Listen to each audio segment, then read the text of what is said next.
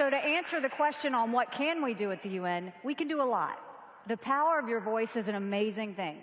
So one, changing the culture of the UN is very important. And the way you change the culture of the UN is the United States tells them what we're not going to put up with. We start to change the culture to what we should be talking about.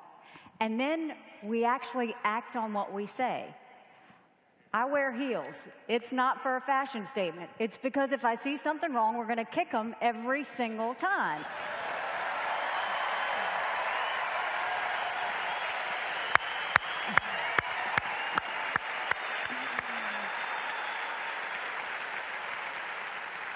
So how are we kicking? We're kicking by, number one, putting everybody on notice, saying that if you have our back, we're going to have the backs of our friends, but our friends need to have our back too.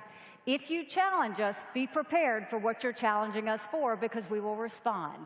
The next thing we did was we said, the days of Israel bashing are over.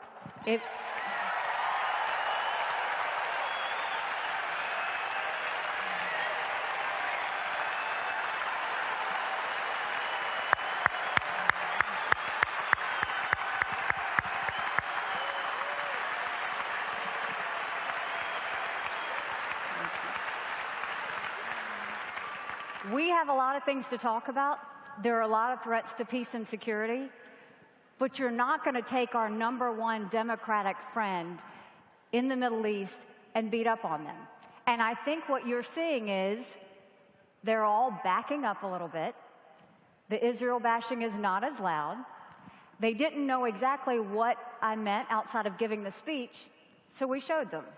So when they decided to try and put a Palestinian in one of the highest positions that had ever been given at the UN, we said no, and we had him booted out.